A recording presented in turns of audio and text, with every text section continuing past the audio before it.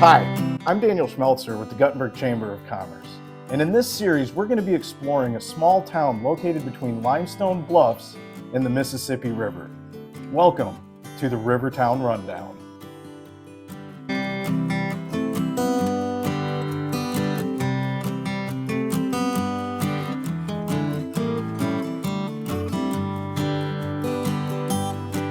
I'm standing on the corner of Schiller Street and South First in Guttenberg, Iowa. Behind me is the Guttenberg Brewing Company.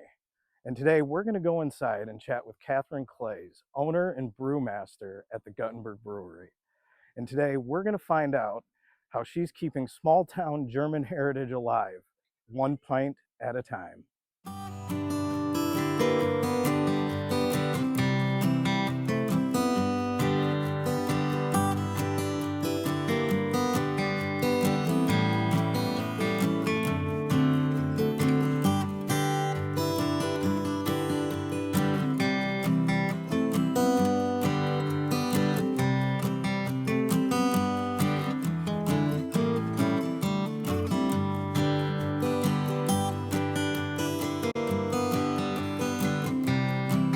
I'm Dan Schmeltzer, and here with Catherine.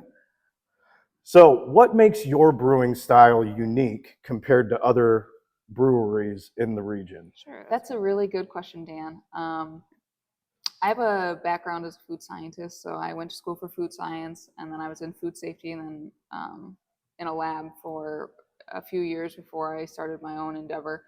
And so I always have that curious kind of chemistry brain on what would make a beer interesting or better or be attractive to a time of year or a population. I really like to do a heritage nod to where we are. So we're a very historic German town, and German Fest is coming up. So I am heavy into making German beers right now. However, one of the fun beers that I have on tap is called Hot Pepper Jelly, which is a Hot pepper jelly. hot pepper jelly, which is a nod to like one of my favorite snacks, which is hot pepper jelly on cream cheese with crackers.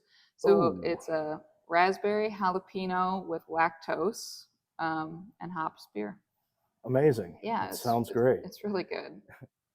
Out of all of your beers you have on tap right now, what is your most popular beer that you have currently? Our most popular beer teeters between two lighter beers, one called Freckled Fish, which is a play kind of on the historic farmhouse ale that's from across the river called Spotted Cow, and then our Lock 10 Lager. So it seems like every town that has a brewery that's on the river with a lock and dam has their like version of lock whatever lager. So ours Lock 10. It's just a nice light American lager. It's sort of our house beer. It's nothing extra special, but it's a really, really easy drinker. Awesome. And I know from a little bit of experience, the Lock 10 Lager is definitely a top choice. So for somebody new coming to Guttenberg, what would you recommend for them to check out in town here? Sure. Of course, I'm going to say here. But first, what I would recommend that you do is take a really nice river walk. The river walk is exceptional from between Dubuque to La Crosse. We have some of the longest, nicest stretch of river that has public access to it the entire way. It's beautiful, and I really hope that people go and enjoy it. I also think that there are a couple other restaurants in town that have been here like historically that are really interesting, including Just Pizza and ice cream. So get an ice cream cone and take a river walk. And tackily enough, I really like the DNR Aquarium, even though it has the same 10 turtles since I was probably a child. Yeah.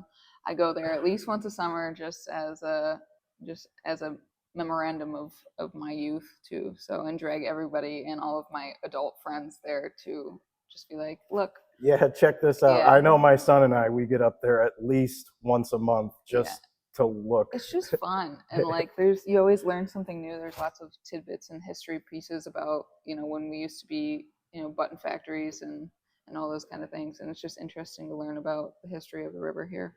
Yeah, awesome.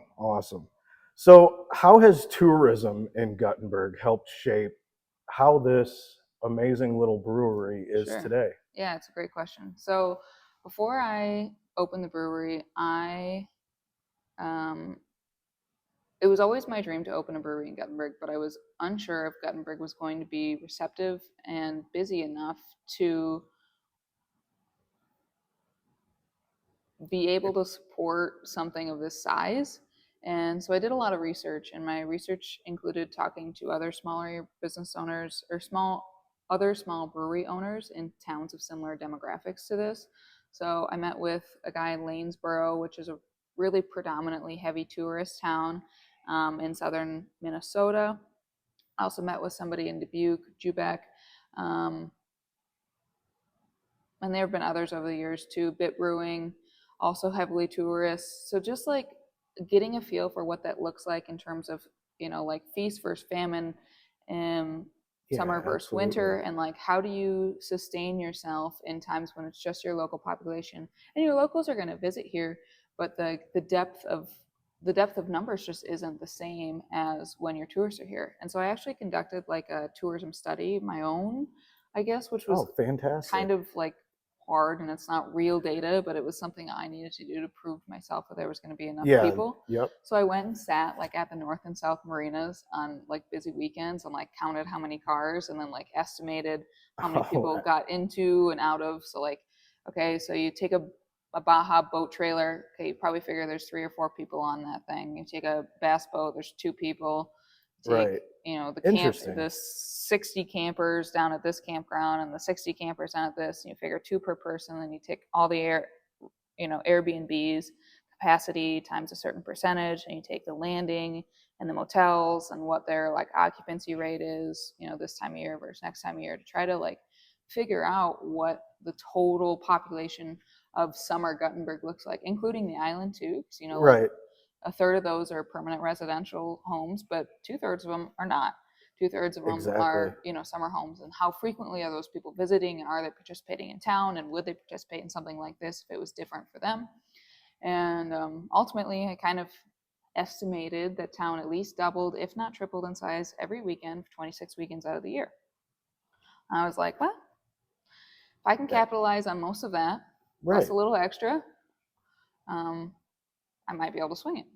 So I dreamt big and swung for the fences, and it's actually going pretty well. So Awesome. Well, that's fantastic to hear. I always like to hear that tourism definitely yeah, gives a hand, because a lot of people just passing through town don't necessarily take the time and stop and see these little gems. yeah, it's hard, like um, it's easy to forget that downtown Guttenberg exists when our main road is the highway that's off of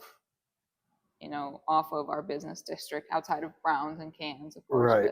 But those are really like, I don't want to say one-time customers, but not every weekend customers. You buy a car once every Few years. 5, 10 Yeah. years, and you probably will never buy a can manufacturing product. You might utilize them in your life, or someone might to Yeah. pick up your trash, but you're not going there and seeing those things. And um, our town has worked really hard to get signage to draw people downtown, and done a lot of work on Schiller Street, which is where I am specifically, to make it look inviting to turn down, um, to try to bolster the businesses that are still here and hopefully coming back too. Awesome. And final question: how can people find you? What I'm on every social media platform that exists, pretty much. Uh, Facebook, Instagram, have a really nice website. Um, yeah, those are the easiest ways. Feel free to reach out and contact if you have any questions or want to meet up. Awesome. Again, I'm here with Catherine Clays, and this is the Guttenberg Brewery. And that concludes today's episode of the Rivertown Rundown. I hope you've had as much fun as I have, and until next time, we'll see you later.